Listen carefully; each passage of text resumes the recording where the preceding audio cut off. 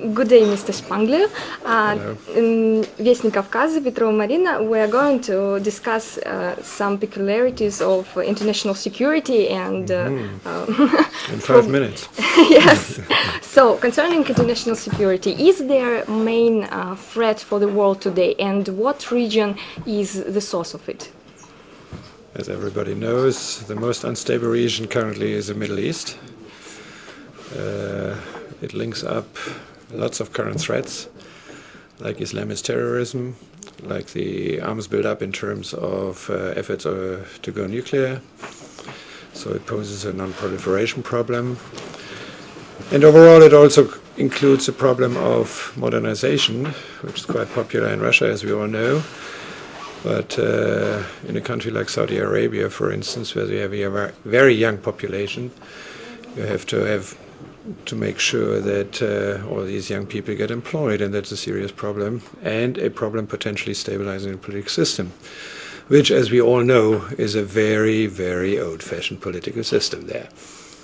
So it's a whole knot of problems which pose, as a matter of fact, global security challenges. Okay, and what do you think about the role of the South Caucasus states is in the world today, and probably the opposition in the world? Well, as you know, there are three, and these three are very different ones in many respects, and they pose different problems. So if one would give a serious answer, one would have to go to all the three, one after another.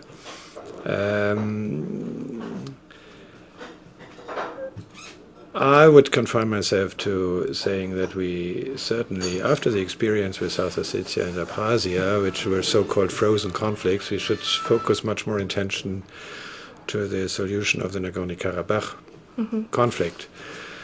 We should focus attention on that because there is a serious arms build-up going on the part of Azerbaijan, and there is a serious risk, to my mind, that at some point the Baku leadership might decide that there is only a military solution to that so-called frozen conflict. And we should try our best to prevent such a thing of happening. And concerning this situation, has Europe changed its point of view on the situation involving Abkhazia and South Ossetia since 2008? Well, actually, Europe expects Russia to change its view. Okay. And what do you think, where is the line between the right of a nation for self-determination and separatism? There is no line. There is no line? That is one of the most serious problems. You have two competing principles. The one is the sovereignty of states, the other is the self-determination of people. And as a matter of fact, there is no general solution if these two principles get into conflict. The only thing is that one can devise strategies to somehow reconcile these competing principles. One way of reconciling these is, for instance, setting up federal structures within a state. One thing to my mind is absolutely clear. As there are, I don't know the exact figures, some 2,000 people or nations in the world, not every single one of them can have a state on its own. So we have to have solutions in which different people live side by side in a single state. And that is quite feasible. Why not?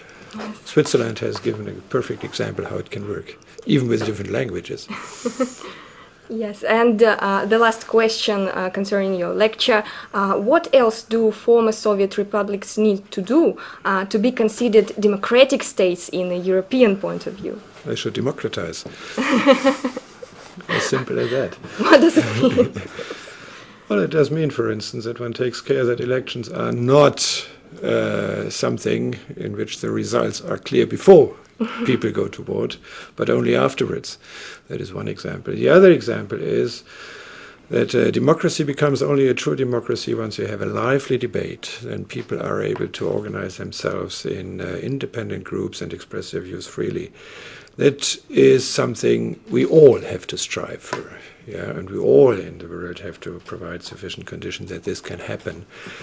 I think there is a different degree of readiness on the part of different governments in different countries to allow such a thing. And I would be happy if the Russian people would be happy that they think they have enough space to express themselves. Yes, thank you very much.